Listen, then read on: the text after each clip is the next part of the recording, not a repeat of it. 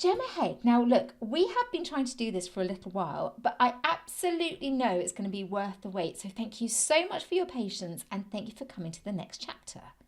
Thank you so much for having me, Ellie. I really appreciate it. Well, my lovely friend Alex Lovell met you, which we will come on to talk about, and she's also a colleague of mine. And she said you have to interview her for your podcast. So I've been looking forward to it ever since then. So thank you. So, Gemma, we start as ever with the prologue. Now, you grew up in Surrey, then Hampshire, and you say your childhood there was lots of reading, playing outdoors, listening to music. It sounds very lovely.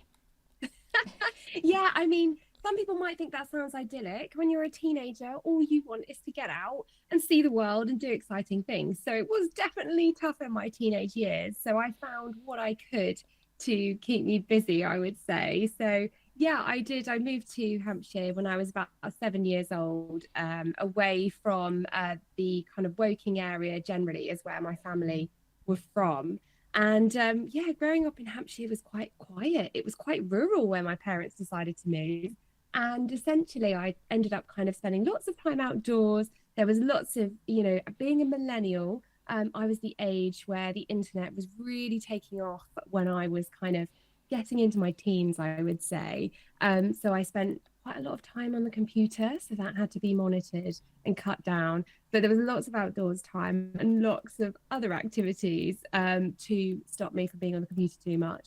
Although I was a bit kind of nerdy, actually. I quite liked geeking out by researching. I remember spending some time on the encyclopedias on the internet and things. So Yeah, it sounds lovely. It sounds lovely. And this, because we do like to plant the seeds, if you pardon the pun, but did you like plants or being outside? Did you like gardens at this stage? So my family have always been huge gardeners, and my mum has always grown a lot of plants. And I would often find myself coming home from school and complaining about school because I didn't like school very much because I was a little bit bookish. I liked to kind of read a lot in my spare time. So I'd come home and I'd say, "Oh, mum, like, I didn't enjoy school," and she'd be wandering around the garden, pulling out weeds and talking to plants, as you do when you're a plant person. And I would I'd be chatting away to her about all of the woes of being a teenager, Mm. and she'd be pointing out all these plants to me in the garden, and she'd start naming them and I'd go, "Oh, that's all very good, but actually I just want to moan about the day at school." Exactly. What about this happened to me? Forget the plant.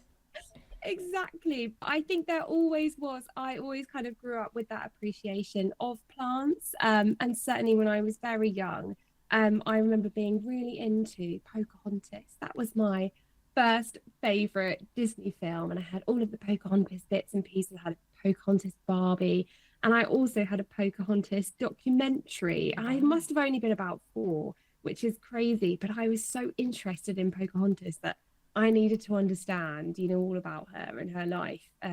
I'm a bit of a deep dive researcher, and I think that started very young. Oh, what and which we will go on to talk about because it's part of what you do. Like that's incredible. And you said you were so yeah. You said you were a little bit distracted, and you said you were a little bit naughty. I can't imagine you being naughty, Gemma. But you say I know. and you say now you realise you're neurodivergent. So this all came about later. Yeah, so I think so I did used to be quite quiet when I was really young, up to probably when I went to secondary school.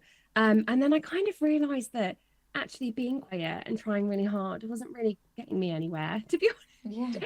And I think I probably started acting out a little bit as a teenager. And I wasn't terrible, but I was a bit cheeky and there was a bit of, back talk to the teachers at school.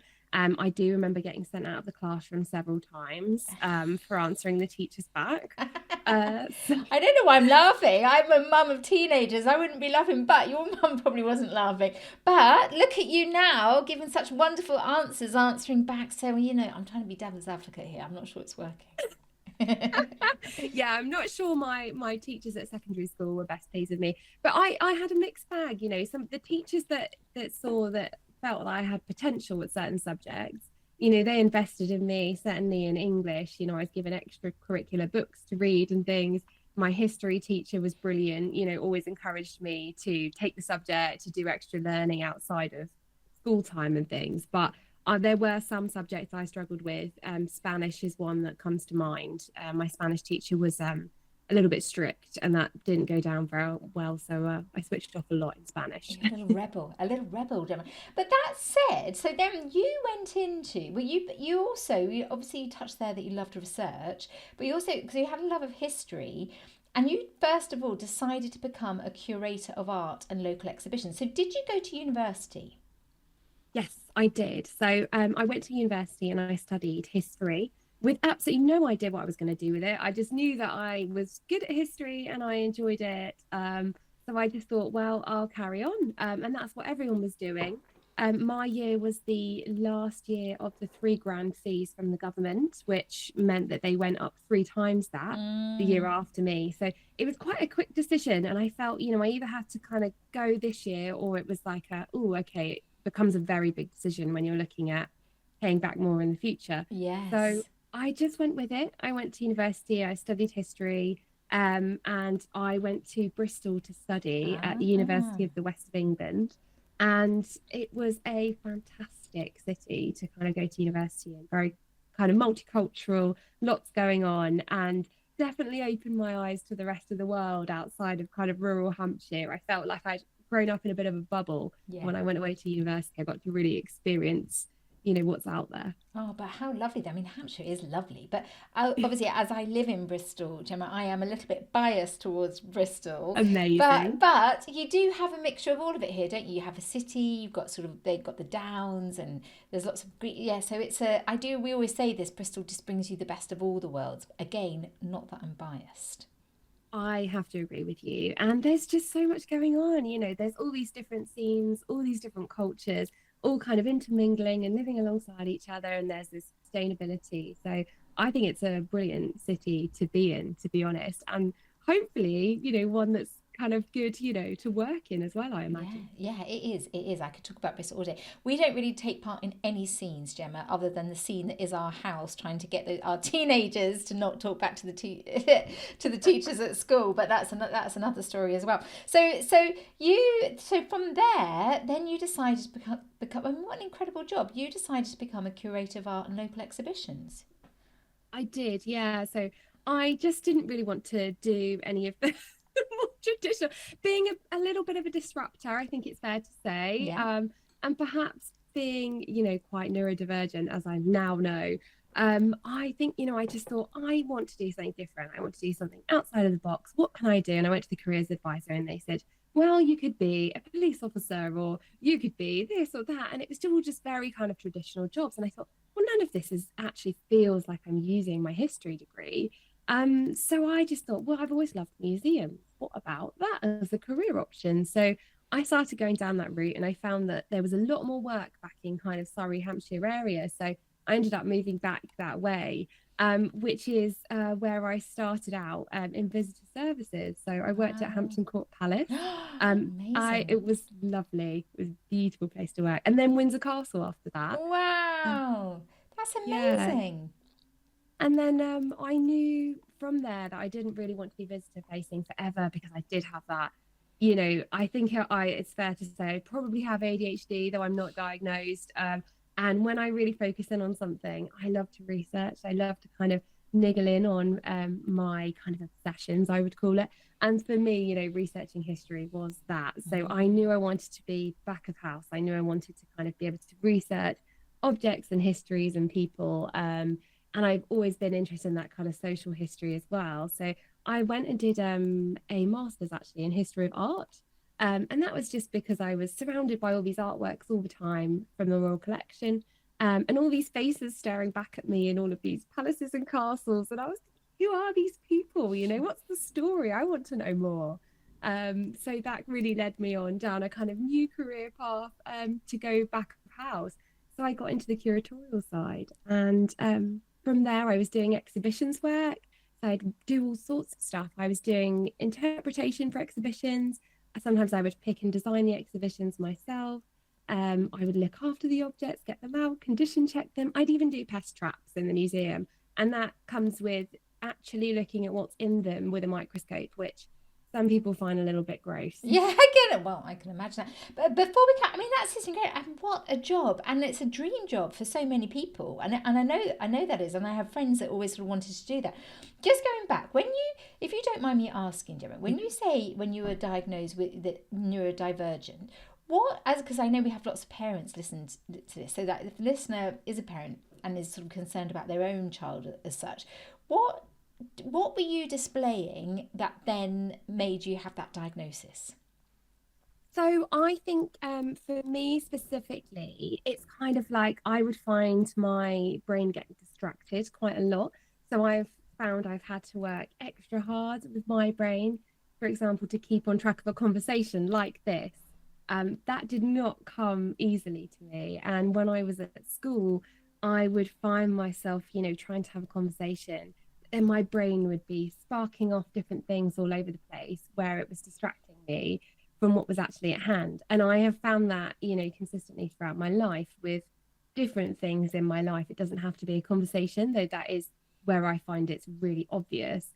But it can be any task that I start. And if I'm not really fully engaged with it, that's when I really noticed that my brain would start to wander off and go down a different route. And I would try and pull it back, and then it would wander off again.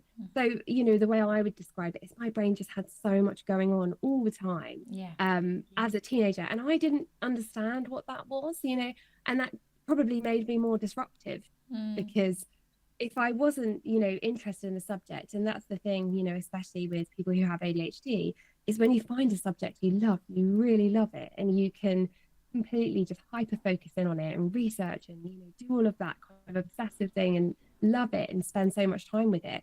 And for me, I just found that I couldn't apply myself to things unless I had that passion and motivation to do something. So if I were to probably go back in time and advise my parents what they could have done, I think it would have been, foster those interests that I showed an interest in, which they weren't bad at doing, I have to say. But there are other things, as a child that I didn't take. I did music, for example, and I think my parents would have loved me to continue with that, but I just didn't love it. And so it's something that just dropped by the wayside. So I would say, definitely encourage, anyone you think is neurodivergent, if you have neurodivergent children, to do the things that they love the most. Yeah. Well, thank you very much for that. Do you have brothers and sisters?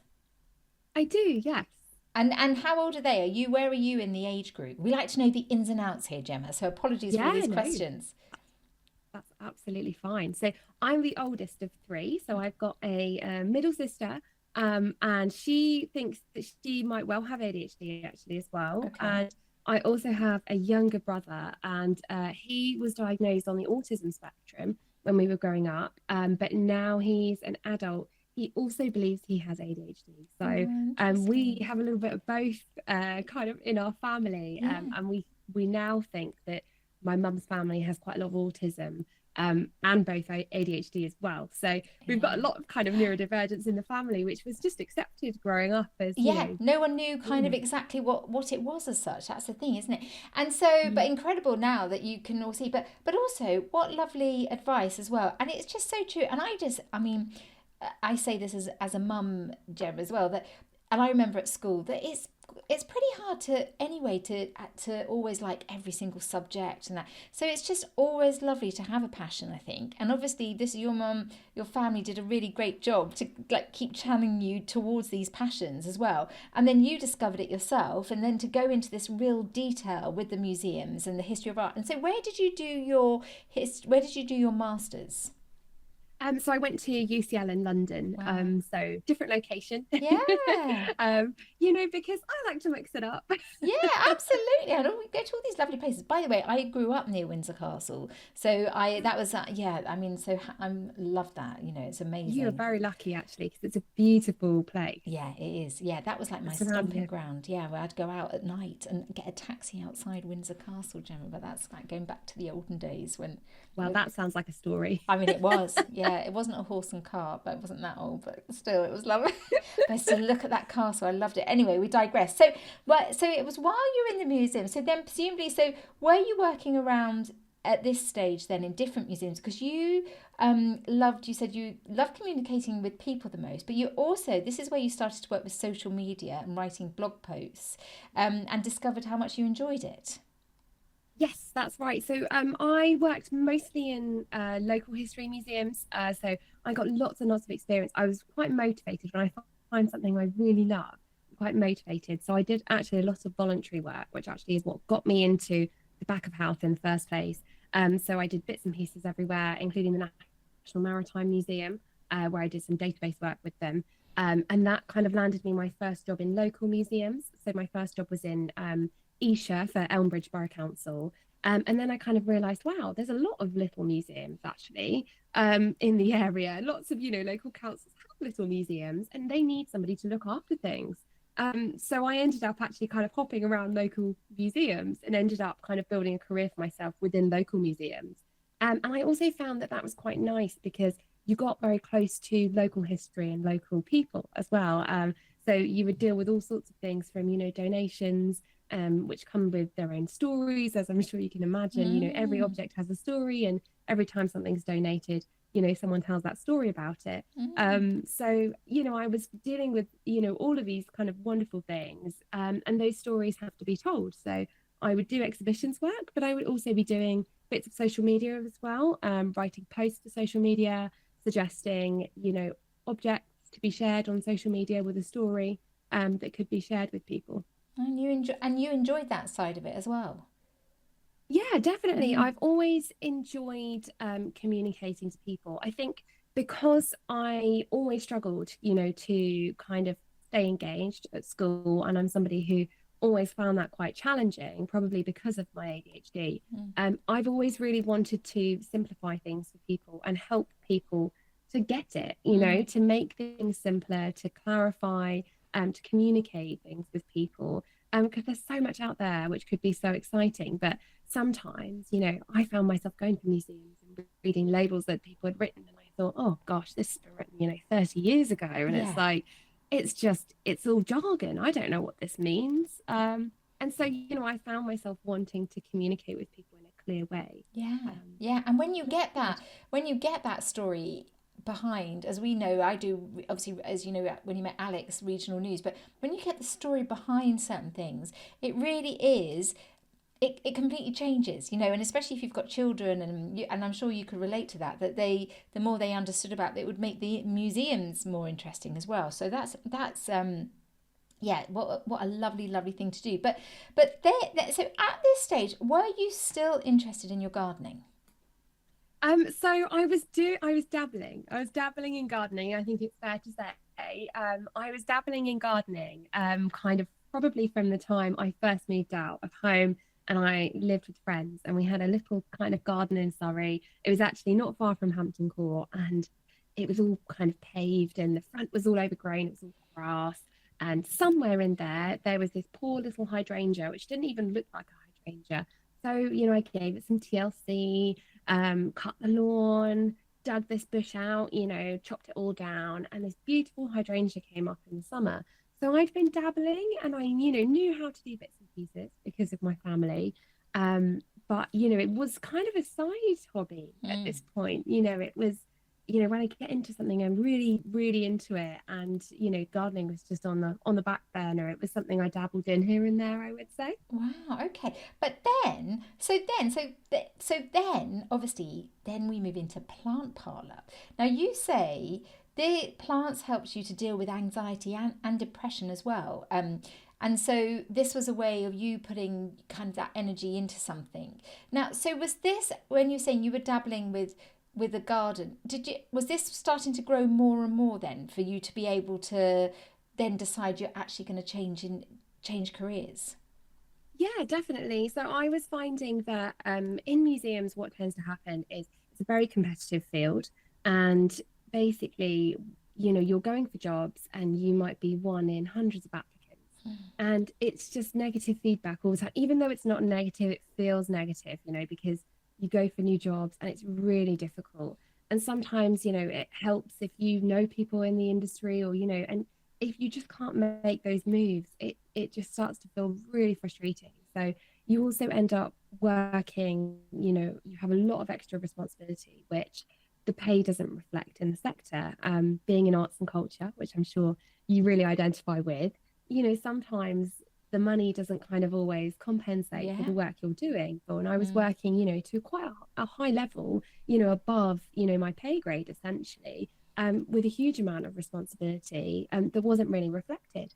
And that kind of leaves you dealing with, you're overworked, underpaid, and you do, kind of develop. I found I was developing, anxiety about work when I came home, or, what will happen if this doesn't get done? And I found out this terrible thing today, and who's going to deal with it if not me? Because there's only two of us in the collections department. So yeah, so this was building up, and so was, as you were getting more and more sort of uptight as such, and taking with all this pressure, were you spending more and more time in the garden? Yeah, I was. So I was living in a kind of one-bedroom house. I moved in with my partner, and I was living in his one-bedroom house. And I just kind of said to him, I'm just going to start filling your garden with things, flowers and things that make me happy. And I just started gardening more, and I kind of poured my heart into the garden. And all of the things that were going on at work, we hit, pandemic territory. And the council that I worked for were undergoing a restructure. And arts and culture is often the first thing to get hit in the sector. So everybody knew it was going to become, quite stressful and tenuous. And so these kind of feelings of anxiety really started taking hold, because I felt like my kind of job was on the line and I wasn't sure if I could carry on.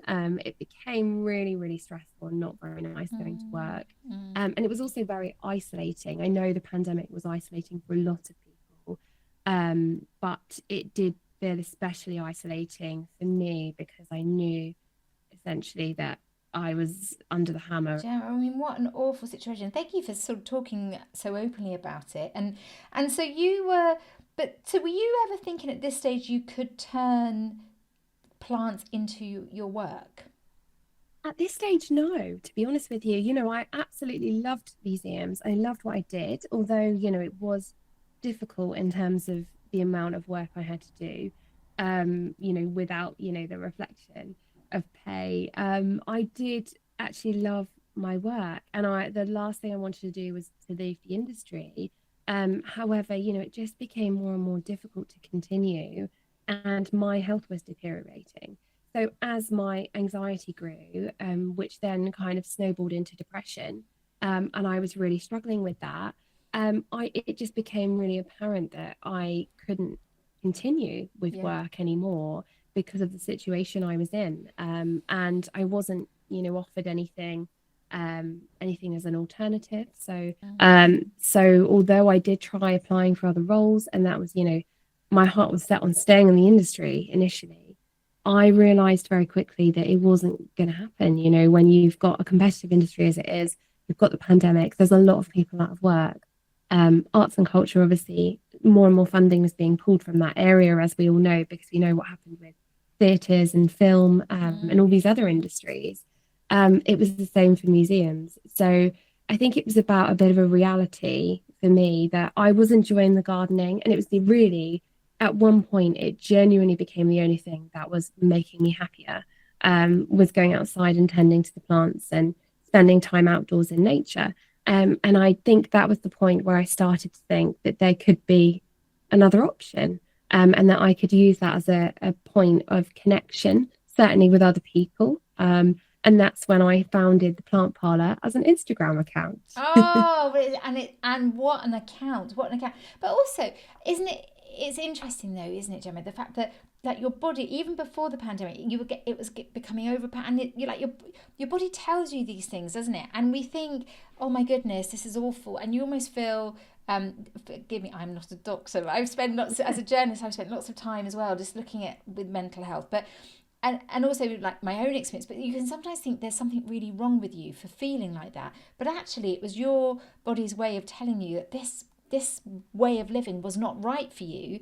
And then when you were in the garden world, you felt better, and it's like, actually, it's like a warning, and well done you for listening to it as well. And actually, as much as that would have been really difficult and painful at the time, it actually was taking you at the universe. I'm a big fan of the universe, was taking you to exactly where you're meant to be. And because the plant parlor, for the listener who doesn't, so basically it's this wonderful, obviously it started off as an Instagram account, but it's showing basically what you can do with very small spaces, particularly kind of indoors, but so everyone can have like a wonderful garden. Yes, absolutely. So it really started as a way to, show people my love of plants and share that with others in a time, where I felt very alone and very isolated. I wanted to reach out to others, meet people who felt like I did, about plants. And quite a lot of people started gardening in the pandemic as well. So it was a good time really to be starting with a social media account, because Instagram is, a wonderful place of garden accounts, I have to say. Yeah. So it just started as, pictures of my plants. And I would share those, and I would start chatting to people about their plants and my plants, and we'd find that we had all of this common ground. And it just started kind of going from there. Because I dabbled in the social media before with work, it came quite naturally. So I just kind of continued with it. And then obviously Instagram introduced reels, and you're making videos all of a sudden. So I've just kind of gone with it, and it's evolved into this much, much kind of bigger entity than it was ever going to be. And I started, taking kind of paid work as well. So I was doing kind of, I was getting kind of paid commissions to do, advertising for garden centres and things. And I've always been one as well to kind of have a very clear, ethical kind of background and say, right, this is what I'm doing. This is the cornerstone of what I'm about. And I would never, ever promote anything that I don't agree with personally, or that I wouldn't use myself. If someone sent me a product and I used it and I thought, oh, gosh, this is awful, I would never, tell other people to go and buy it. So it's, for me, it was all about being honest about, how to raise your plants, how to grow your plants. What can you do with your small space? How can you display them? What kind of plants are available? What can you get hold of? And that naturally started kind of moving towards houseplant content, just because there were so many people in the kind of younger age groups who didn't have outdoor space, especially in the pandemic.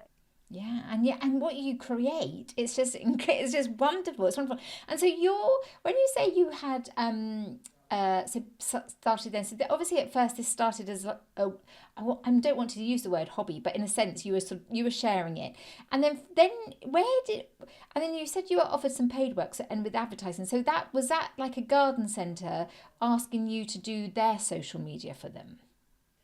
So basically how it started was actually the marketing work I was actually kind of offered. I mean, I looked at marketing as an option. I had a friend in marketing, and I was looking at kind of how my skills were transferable. So I actually started down the route of going into marketing as a career. And so I started working in a school, but I just didn't love it. It was like being back at school. Oh, yeah. You wouldn't like it. You'd be get told off by the teacher. No, I was climbing the walls. I couldn't deal with it. So I didn't last very long in the school, but it was interesting to see what was needed. So I was scheduling their social media, doing bits of marketing for them, copywriting, editing, things like that. So that's really where the marketing really kind of started solidifying. But I was continuing with, my Instagram account and the plant parlor the whole time. So tried another few jobs, and it just became quite apparent that marketing was probably not the one for me full time in a company. Yeah. So I kind of took the plunge and went self-employed. And around that time, I was offered my first kind of paid piece of work, which was actually by a company called Fairview New Homes. And they build kind of blocks of flats, apartments, and kind of buildings. And they do it in the London perimeter, kind of around the M25 area.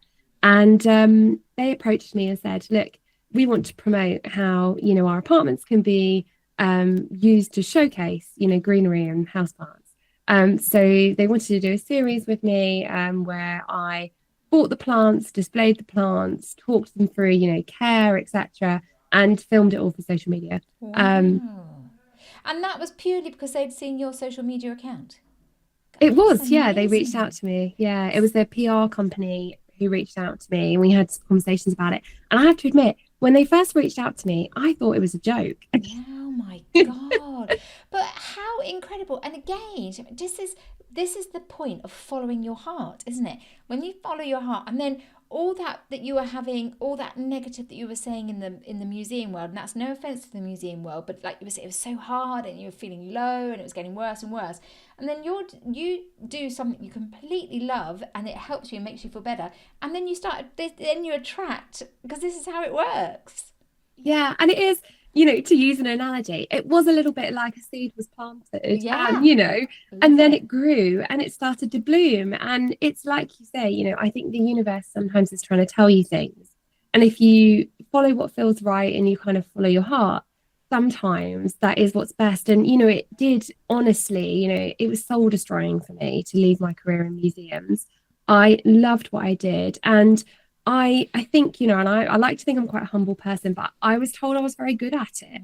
And I loved lots of aspects of the work. It kept me busy and it was different things every day, which is great for somebody who's neurodivergent like me, because I just wanted to constantly just jump in and out of things. So it was really difficult to leave that behind, because I knew it'd be difficult to find something that would be a good swap for that. I obviously tried with the marketing and it just wasn't right. So when I realized, that actually social media is an option, and going down that route of being self-employed, doing my own social media, but also, possibly taking on bits and pieces for other people's social media, and doing copywriting, I just thought, well, it seems like a no-brainer, because then you can kind of continue with jumping in and out of things. Yeah. It's not what it was before, but I get to research articles and things when I write them. So that's something. Yeah, and all the plants as well. I mean, that's when you go talking about how much you do love to research things, but to go into the ins and outs of the plants, I would imagine is quite similar as well to what you were doing in the museums.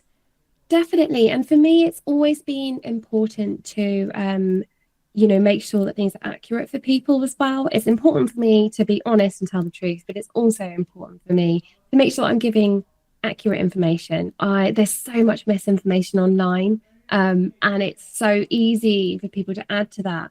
So I've always been quite careful at researching and making sure, before I make kind of big statements, that I've double checked. Yeah. Is that actually true? Because there's a lot of things you get taught, especially when you grow up around plants and things, that you just take as, that's just how it is. That's gospel. That is, how you grow that, or that is what that plant does. But actually, when you start, checking it and fact checking that information, for me, that's a really important part of what I do, is being accurate about the information I'm giving people, and also using my own experience to back that up, to say, here's how I did this, here's this plant, and here's how I grew it. And you'll always get criticism, and there have been critics that say, well, why are you doing it like that? Right. But I will always share what works for me. Yeah, amazing. And now you say to your mum, when she's telling you about her bad day, you can say, look, this is the name of the plant, and then you can tell her, it's all reversed, because you're like, actually, this is what it's called. It's there's a full circle.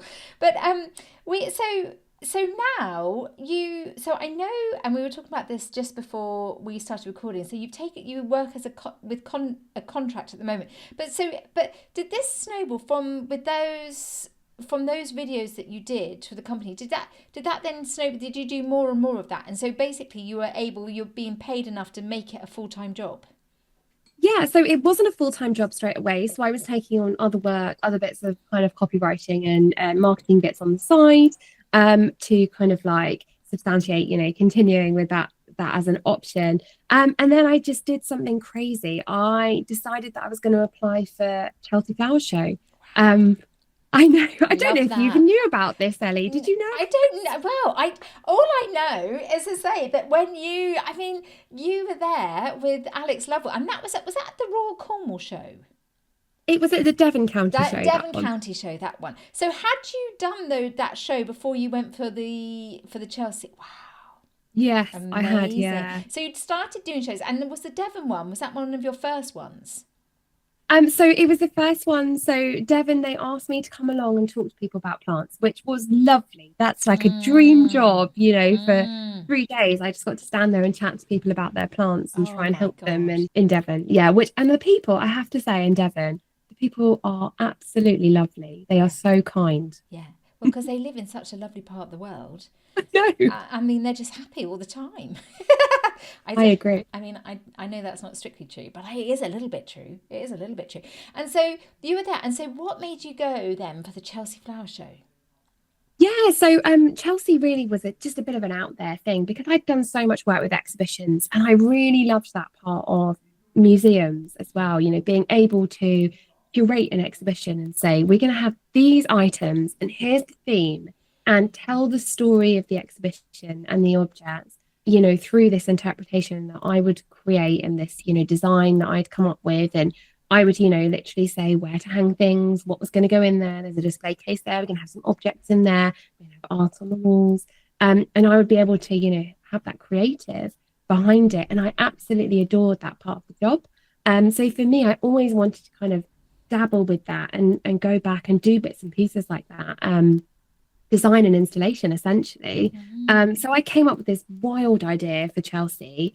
And I just thought I'd been to see the Houseplant Studios actually in the pandemic. So when I was having a bit of a stressful time at work, I'd already bought my ticket to RHS Chelsea. And I took my partner, I dragged him along, and they had the Houseplant Studios for the first time ever. They'd never had them before. And I was so inspired and I loved walking around them and seeing what people had created. And I just thought, I would love to do that one day. That's an aim. Love that. Oh my goodness, that's incredible. So you applied? I did, and I thought it was a pipe dream, to be honest. I approached a company to work with me to supply the houseplants. They had done it before, which I thought would be quite helpful because they'd be able to kind of give me some guidance with the process. And we applied together, we were accepted, and so we exhibited in 2024. And the display was called Hope After Humanity, and it was an apocalyptic display in the studio. We kind of completely converted it to look a mess. So there was an installation of the ceiling. So essentially, I, you know, didn't have a huge budget for the project. So I roped in friends and family and Facebook Marketplace to help me. But I mean, incredible, but you did it. I did, yeah. And I did get a silver gilt medal. So. Oh my God, I didn't know that. That's incredible. Gemma, congratulations. And so that was, what, 4 years after you went to the original exhibition? Yeah, so I think it was, potentially it was 2021 that the Houseplant Studios were the first time, because I think it was delayed because of COVID. So they were in 2021 in the September because they moved the show, and then I exhibited in 2024. So it took me 3 years. But... I mean, just the 3 years, that's incredible. And what was it like? What was it like to do that? It was amazing, exhilarating, exhausting. So many things all at once, stressful, you know.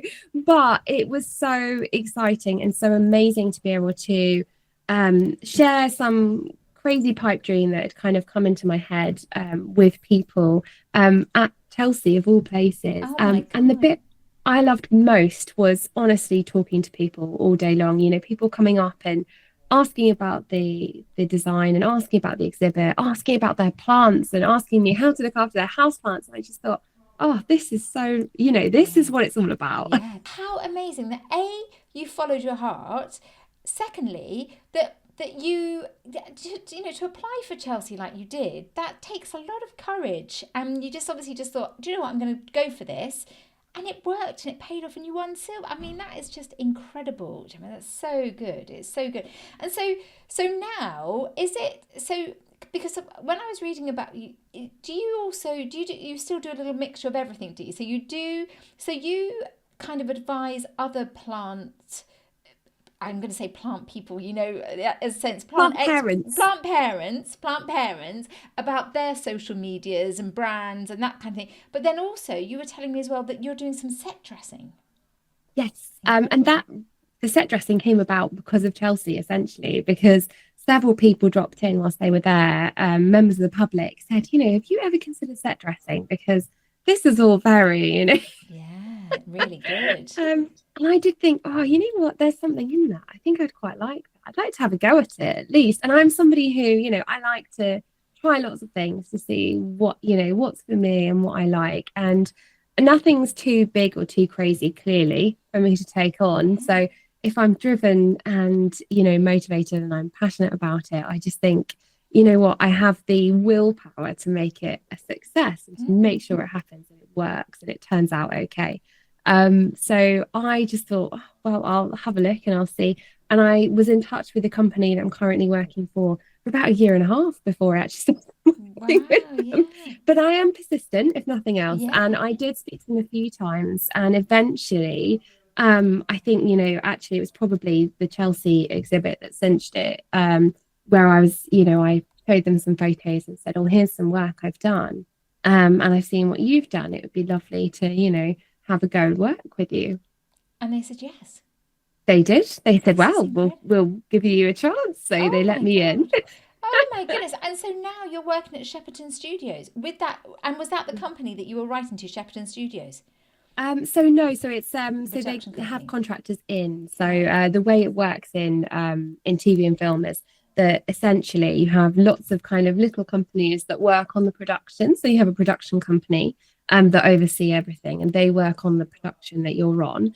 But we all have to sign NDAs, so we're not allowed to talk about what we work on. No. Um, No, but quite right. Gemma, yeah, quite right. Won't be asking you any I'm of those sure you questions. know all about that kind of I thing, do. Ellie. I do. I do. It often doesn't stop us from asking, but not today, Gemma. I won't put you on the spot. You can tell me after. No, no, not at all. But that's incredible. And so, and are you still advising plant parents as well?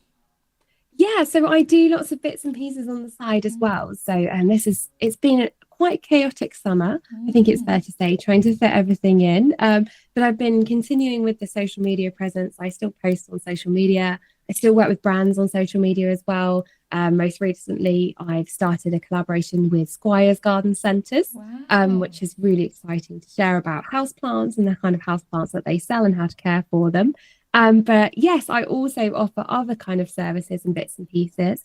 I've done some installation work myself with my own business. So I've done some work for a bar in London, and I've had Wow. some private clients as well, where I've kind of picked their houseplants for them and done a creative and said, well, we could have this here, this there, and I choose plants that are suitable for an environment for them as well. Yeah. There's lots of bits and pieces that I've worked on kind of over the last few years. But it's constantly evolving and developing, and there's always something new. Absolutely, that is. And so, for example, they're going into the ins and outs. So, when you say there was Squires, did they approach you, or do you approach them? It just, I suppose, you've got the showcase of your Instagram account, and then you can, they did. I presumably lots of people do come to you. Yeah, so I a lot of people are a little bit probably more proactive, I have to admit, than I am. Often I do let people kind of just come to me organically, and you know, if they ask, we start a conversation. And it's a lot of the time I'm quite lucky in that I feel I'm attracting brands that actually I really love and would love to work with. They often have a similar ethos to me, you know, surrounding sustainability and what they're trying to promote. So this kind of like professionalism as well that comes with it. So um, I'm lucky in that I've had a lot of kind of great brands approach me actually with really good products as well. So it's not difficult for me to to Yeah. say yes. Yeah, absolutely. It's just incredible. And also, I mean, we're speaking quite lightly, but that must have been, without going back into time, but that must have been quite scary when you had your diagnosis and for your family as well. And then, but actually, this is, I mean, you've kind of taken that and this where you know that you yourself that you need to channel into a particular subject, and this works better for you. So yes, you did do it with the museums, but you have done this to such a level now that look at where it's taken you, this expertise that you have. So you've turned something into this amazing passion, and that just must give so much hope to, if someone's listening to this, that if they do have got a younger child and is very scared, but it doesn't mean to say it's the end. In fact, it's actually the beginning. Yeah, definitely. And I think, you know, I'm somebody that, have, experienced, some extreme lows in my life, but I don't like to get them to get the better of me. You know, I Yeah. like to get myself back up and move on and focus on, positive things. And for me, plants kind of came out of that situation where I was leaving my job in the pandemic to, be this kind of shining hope for me that I just thought, well, I love this. And maybe at the moment it's not making me any money, but posting about it and sharing that love was something, and that's what started this whole ball rolling, really. I never would have ended up, I never would have dreamed when I started that Instagram account that I'd be standing at Chelsea Flower Show with, you know, a certificate and a medal, you know. Yeah, yeah, yeah. But it goes to say, it's like, and I have this all the time, Gemma, with my own thing with putting things out on social media. But actually, you just have to get over yourself, don't you? Because that is just part of today's world, isn't it? That almost pretty much every business you have or any job you do, there's got to be an element of social media in it these days. And even if it's LinkedIn or some, you know, whatever it is, and you stepped over the line and you showed your wonderful talents. And I mean, it is wonderful. And I suggest it to the listener to have a look because it's incredible. But you did it. You had that bravery, and look, you haven't stopped. And I think, you know, really as well, it's been a bit of a journey for me because it wasn't, you know, I didn't just kind of go on social media thinking I was this, you know, confident person with all these skills. You know, I really was at the bottom, you know, I was at the lowest of the low and I thought, I'm good for nothing, you know, they don't want me at work, you know, I can't, you know, I can't get another job, I'm not good enough. And I felt, you know, really, I think it's fair to say, really down about myself. You know, it's the one time in my life that I really just felt like I was worthless, you know. Oh, And Gemma. so I came from that though, and you know, I started this Instagram account and I started posting on it. And at first, it really, you know, was just pictures of plants because Yeah. I was not, you know, Yeah, but I was, that would have been for you if you were feeling so low as well. Well done you for handling it because you can get caught up in, oh, has anyone looked at it or do I get likes? So you could have gone down a different route. You really could have done. yeah. And I think it's important as well to, you know, realize that actually social media doesn't equal, you know, like popularity. You know, it's easy to get hung up in the figures. And I think also, you know, for the listener, it's probably important to know that, you know, my account currently has about 8,500 followers. And, you know, there's a lot of people out there with a lot more followers than I have. But it's not about that for me. It's about the engagement. It's about the conversations. Yeah. And you know, you know, I probably got my first brand deal. I think I had about 2,000 followers when I got my first deal, you know, and I got paid to do social media content. So it's really not about numbers. It's not about likes and popularity. Sometimes it's about, you know, the quality of what you're putting out there in the world. And if people like that, they'll buy into that regardless. It doesn't matter, you know, how many people like you or who likes you either. Yeah. And that's important to remember. Do you know what? You're so right. I mean, I could talk to you about this for a long time, and I won't because we're diversing. But I say this as someone who's just done like a little. I mean, I listened to an audiobook all about branding. It was really helpful. And I also take part in an author circle and learn lessons there. And they always say this, and they say do not get, and they call it vanity metrics. But it's like don't get hung up because you can have 10,000 likes of something, but actually it's having the engaged and the right people, and actually a small number is so much better engaged who absolutely love what you do and you want them to see it. That's so much better than keep chasing that million, you know, all these massive figures. Absolutely. And I think, you know, for me as well, the switch was I realized that, you know, people were connecting with me as well. They weren't connecting with these pictures of plants. And that's, you know, when my confidence started growing and I thought, okay, well, I'm going to have to put myself in front of the camera really, because, you know, I noticed that, you know, the occasional photo of me with the plant, suddenly, you know, the engagement was sky high because, and this is, you know, what they actually said to us about museums. And I went on courses about writing labels. I was always told off because I'd always write about objects in the third person. And I was always told that people don't really care about, you know, the third person. They don't care about the object as such, which sounds mean, but it's true.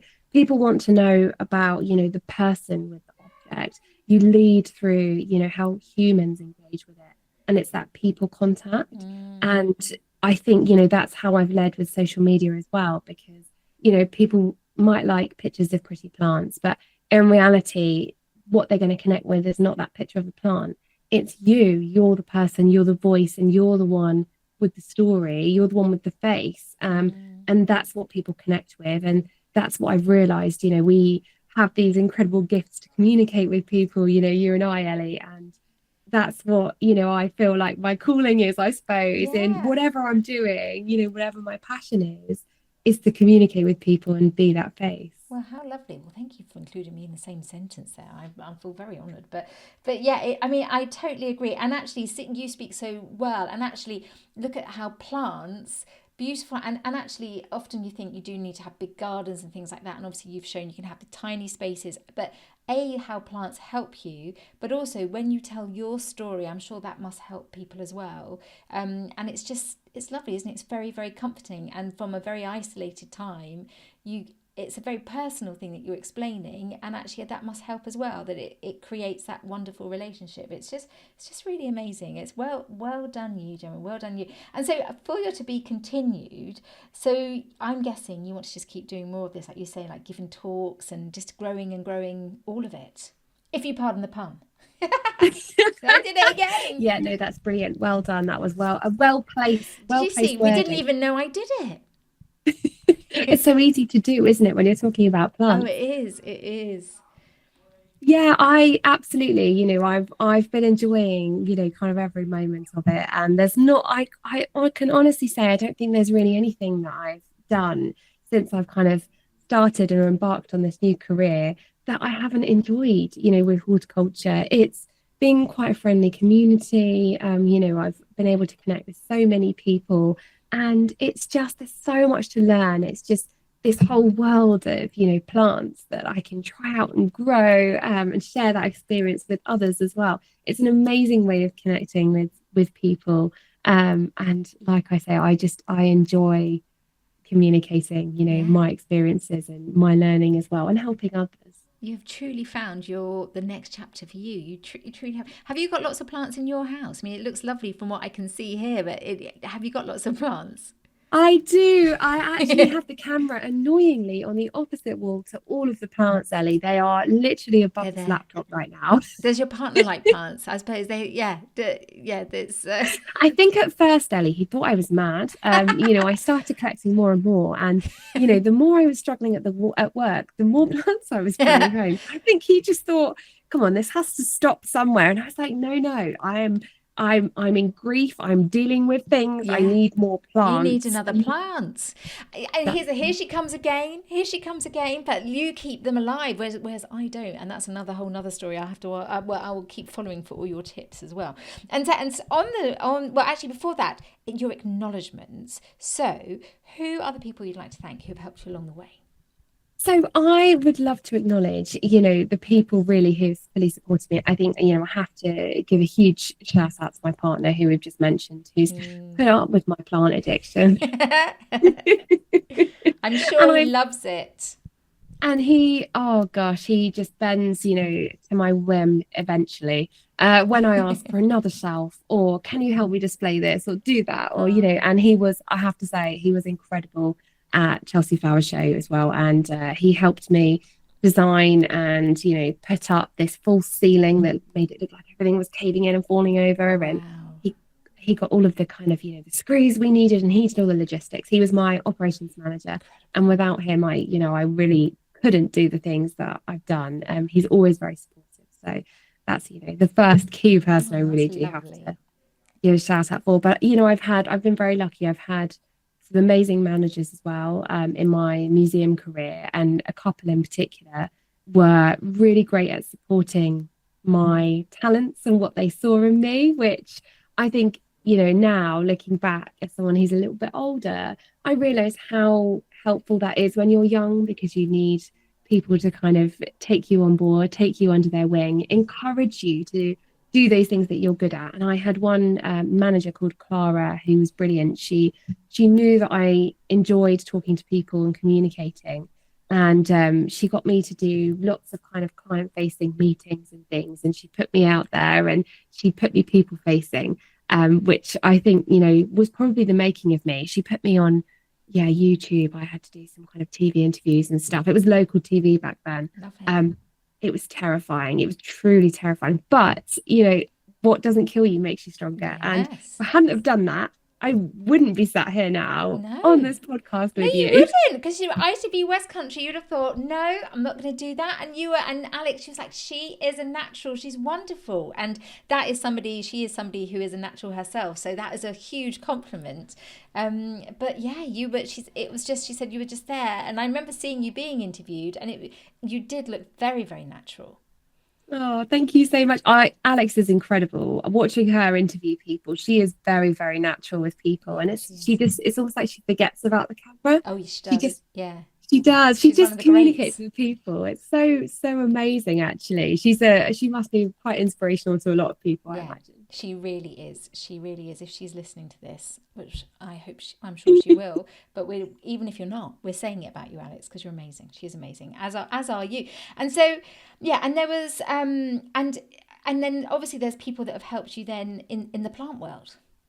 Yes, yeah, there are people in the plant world. I forget who I wrote. Now, Ellie, who did who we did get? We I had wrote? Jane. Jane. Yes. Yeah, so Jane Perrone, it was a huge help to me. She is an author. She's been in the plant world for a very, very long time. She's a houseplant expert. She has written for the RHS. She's written her own books. She's incredible. And I remember back in the kind of early days of me career changing, I saw an article that she'd written in the RHS Garden magazine, and I read it and I saw her name and I was like, oh, she's brilliant. She really knows her stuff. And I read the article and I thought she writes really well. She really knows what she's doing. And she formerly was a journalist as well. Was she? Um, yes. And I just thought, oh, I'd love to be like Jane. And one day I met her and Wow. she is so nice. Wow. Wasn't that lovely? Did you tell her that story? I don't think I have told her that story now. I speak to her quite a lot now. Oh, well, now she knows. If she listens to this, she's going to know as well. How Oh, send it lovely. this way. Yeah. She actually did put me on her podcast a couple of years ago as well, which was amazing to be asked. It felt like such an honor to, go from, being that kind of, young woman who thought, oh, wow, this is amazing. She knows so much about houseplants and she's such a great writer, to being asked to be on her podcast. I just felt like, wow. I mean, that is incredible. And also the fact that again, this is what happens when you follow your love. This is exactly what happens. And then it takes you, because she obviously recognized that how much you love it as well. And this is how it works. It's so good. So look, for somebody listening to this who's thinking, hang on a second, that Gemma said, I don't have something that I love like that. What would you say to that person? Say that they're doing something and they're doing a job and they're like not feeling great, maybe not as low as you were, but just not feeling great. But they think, I wish I did. I'm listening to Gemma. I wish I had that passion, but I don't have it. What would you say to that person? I would say to them, try new things as well. I think that's, it's always been a key thing for me. Don't say no too much. You can say no to some things. Some things just shouldn't be tried. But, I think, life is there for trying lots of different things. I mean, there's so much you can do, so much that's available, whether you think, oh, actually, I quite like nature, or I feel happy when I'm in nature. That could be a sign, that maybe you need to go on more walks, or, take something like that on. Some people obviously get into kind of gym and fitness, and that's a huge thing for them. So I think it's about trying lots of different activities. And because really, I think it's fair to use the word hobby. For me, gardening started as a hobby. And it started because, I just lived in a space that I thought needed to look nicer. I thought, this is a bit sad. These fences look drab and there's a lawn and some beds with a couple of shrubs in. It just looked a bit sad in our garden. And I thought, actually, it could all just do with something that brightens it up a bit. And I think a lot of people find that in their life as well. We go through stages of our life, where we go through changes. And, for me in particular, kind of going into my 30s now as a millennial, I'm sure a lot of other people kind of a similar age, are looking to move into their first house together, with somebody else or alone. And they're thinking, oh, well, actually, I've got all this time to invest and maybe I want to make my house look nicer. That's where gardening enters a lot of people's lives, I think it's fair to say. But I think so many younger people now are entering into houseplants as well, because, life can be stressful, it can be difficult. And we're realizing that plants can make that better. It can help to soothe you and heal you. And it can help with anxiety and depression. So, lots and lots of younger people are dealing with, stress in life. So just having those plants and having that first plant, sometimes that can bring so much joy when it has just, one new leaf.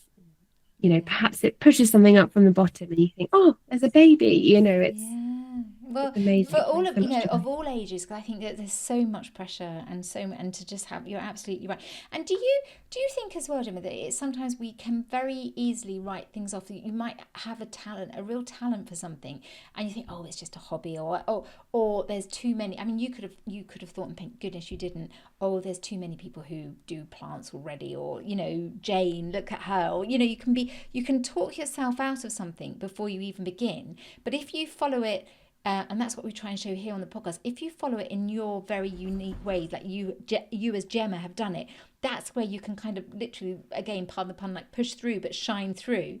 And would you say that to the person listening, that it is worth thinking about, not to dismiss hobbies? Definitely. I would love to use the word flourish here, which is a pun, but Yeah, I love it, love it, love it. I do. Yeah, I absolutely think, nothing should be dismissed. And, I remember my dad has sat me down many, many times in my life and said, Gemma, what are you doing? Why are you following this hobby? Because he just doesn't get it. He doesn't get the way my brain works. And he doesn't get that sometimes you can make a living out of what you love.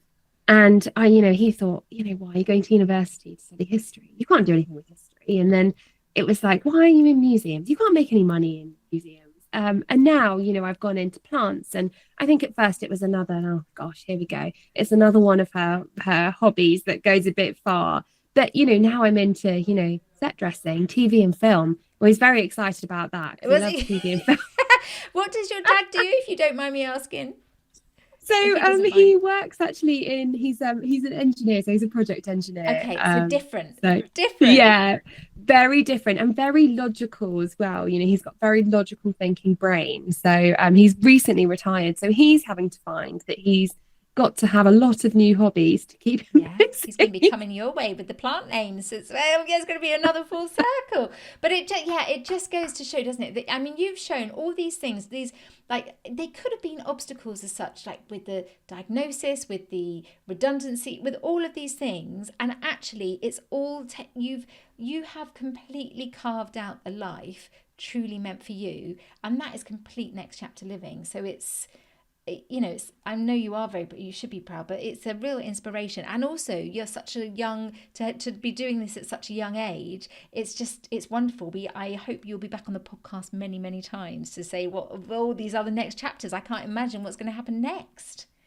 Thank you, Ellie. Maybe I'm just mad. Maybe that's I don't, not in the slightest. I love it. It's just, and especially in today's world, and especially at the moment, lots of children going off to university, or they're going into exams and don't know what to do, and there's such a worry. But this is such a lovely story. So thank you so much. And so finally, as you know, so my dream is to write books that people cannot put down. Right. So if you go on your holiday and you read a book around a pool and you can't put it down, and then you chat to your friends about it at night. So what is the book that you would recommend is the book you can't put down when you're on holiday? So it's very niche. Perhaps it's not so niche. I don't know. A lot of people may have read it, or lots of people may not have. But for me, it's a piece of classic literature. And I think that's where my love of kind of writing and reading came from as well. I used to read lots of kind of classic literature, which really helped me to kind of expand my vocabulary. And I always just found that kind of very interesting. It's another deep dive obsession that I clearly had as a teenager. But I really, really loved the book Wuthering Heights, because it's quite a dark book, I think it's fair to say, for anybody who has read it.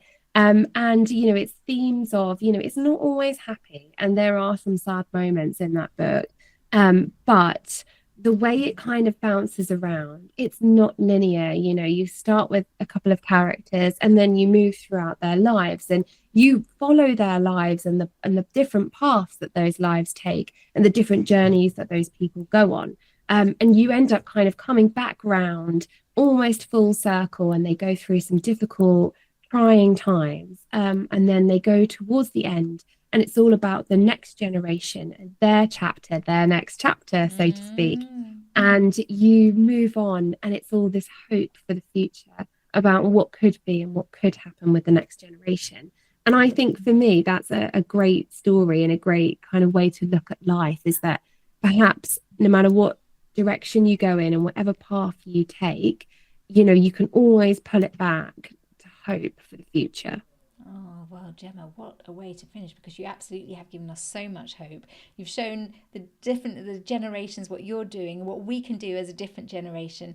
Gemma Haigh, I knew you were going to be a wonderful guest. Thank you so much for bringing your wonderful, lovely energy, plants and gorgeousness to the next chapter. Thank you. Thank you so much for having me, Ellie. I really appreciate it.